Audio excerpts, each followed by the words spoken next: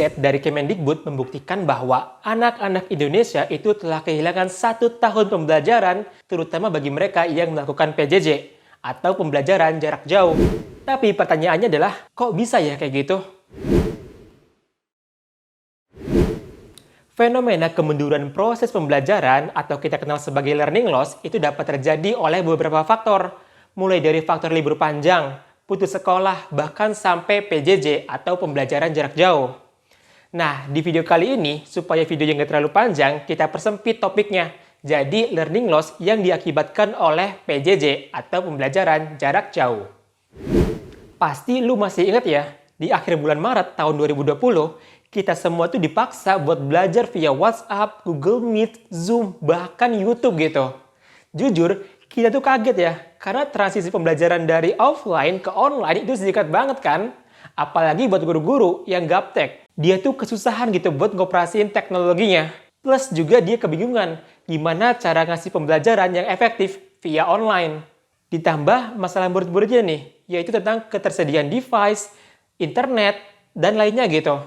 Jadi wajar aja sih kalau selama pandemi, kita tuh mengalami kemunduran pembelajaran.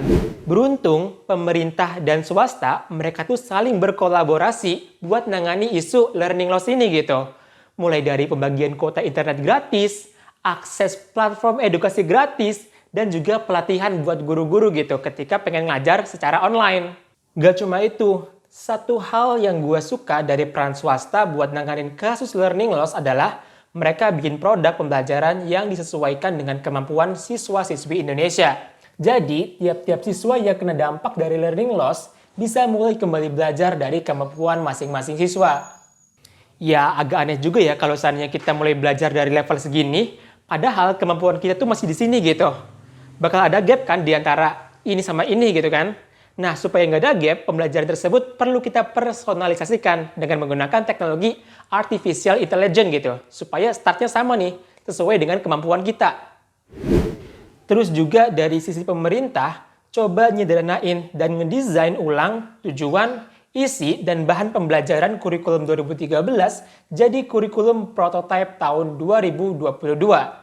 Dimana yang gue tangkap dari kurikulum ini adalah kita pengen nyelesain masalah learning loss, digital creativity, dan critical thinking.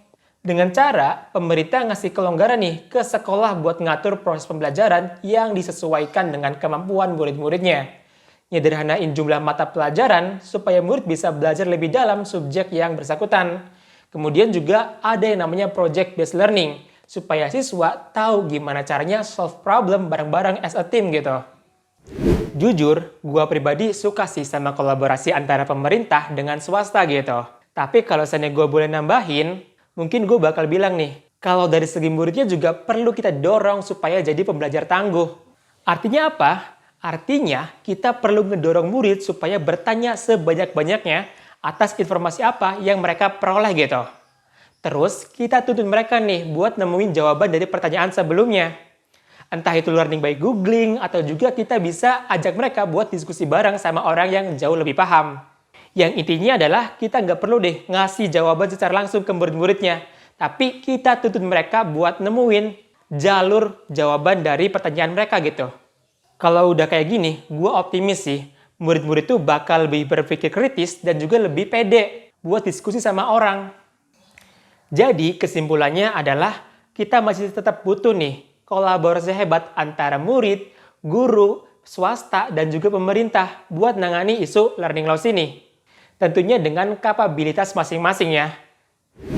Oke, mungkin cukup sekian dulu ya opini gue tentang learning loss ini. Kalau seandainya lu ada pemahaman yang berbeda, boleh banget lu tulis di kolom komentar ya.